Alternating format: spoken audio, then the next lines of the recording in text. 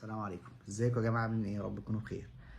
نزلنا من اسبوع كده او 10 ايام فيديو بتاع المينوكسيديل، واتكلمنا فيه عن ازاي المينوكسيديل بيشتغل، وان المشكله مش في العلاج لكن في طبيعه المرض. طيب، فجات لنا اسئله كتير عن استخدام المينوكسيديل مع عمليات الزراعه، وهل انا هفضل اخد علاج بعد العمليه باستمرار ولا لا؟ فهنجاوب على النقطه دي في شقين.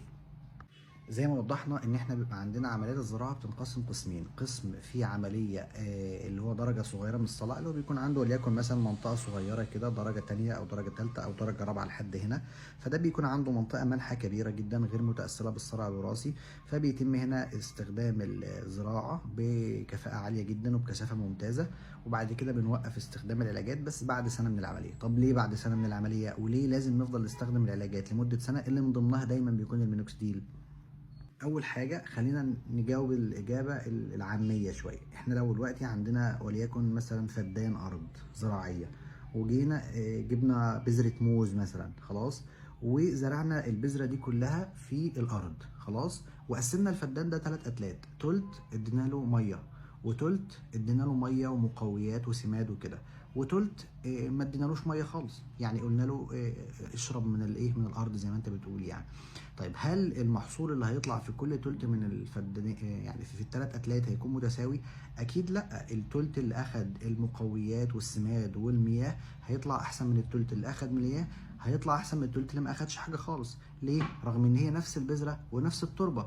لكن هنا هنلاقي الإجابة، لأن هنا في الفترة اللي كانت فيها البذرة ضعيفة ومحتاجة عناية ورعاية، وجدت مننا عناية ورعاية لحد ما ثبتت جذورها في الأرض وبدأت تقدر تعيش مستقل.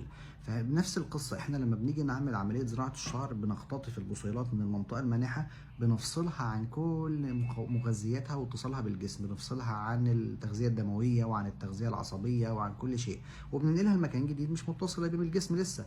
فعلى ما الجسم يبدأ يكون لها التغذية الدموية المطلوبة، بتلاقي الجسم حصل الشعر هنا مرحله اسمها مرحله الصدمه، ان البصيله المزروعه بتلاقي الشعرايه وقعت بعد حوالي 40 يوم من العمليه كانك مش زارع اصلا، ويبدا الشعر يطلع من جديد. طب في المرحله دي انت بتدي للزرعه كل انواع العنايه، اللي بيكون من ضمنها طبعا المينوكسيديل والبلازما والميزوثيرابي والمالتي فيتامينز والهير روشنز وكل الكلام ده.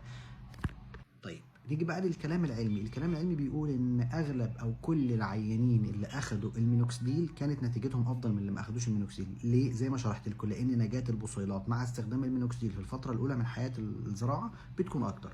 النقطة الثانية ان درجات بقى المتقدمة من الصلع زي ما احنا شرحنا، بنكون خايفين مع العمر ان الصلع يطول حتى المنطقة المنحة. بنلاقي ناس وهي مثلا عندها عشرينات او ثلاثينات عندها منطقة منحة كبيرة شوية، لما بتوصل للاربعينات او الخمسينات بتلاقي المنطقه المنحه دي بقت عباره عن خط رفيع جدا جدا جدا جدا، والشعر فيه ما كانش يعني لا يكون ظاهر. طب ما الشعر ده هو متاثر من الصلع، بس كان الصلع لسه ما وصلوش، فهيوصل له بعد شويه. فهو لما اتنقل من هنا لهنا الصلع برضه هيطوله في المكان الجديد، لان الصلع مرتبط بالبصيله وليس بمكان الزراعه.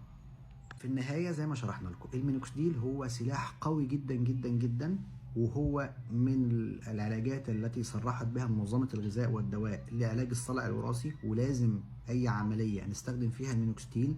في بعض العمليات بنستخدمه لمدة سنة ثم نوقفه، وبعض العمليات بننصح العميل بتاعنا إن هو يكمل عليه، لأن هيكون الجزء المتوقع ان المزروع ممكن يتاثر مع العمر ويرفع، فبيكون هنا الافضل انه يكمل على العلاج. وفي النهايه خلاص احنا عايزين للعميل بتاعنا افضل نتيجه وافضل شكل، وبنتبع ايه البروتوكولات العالميه الجديده دايما.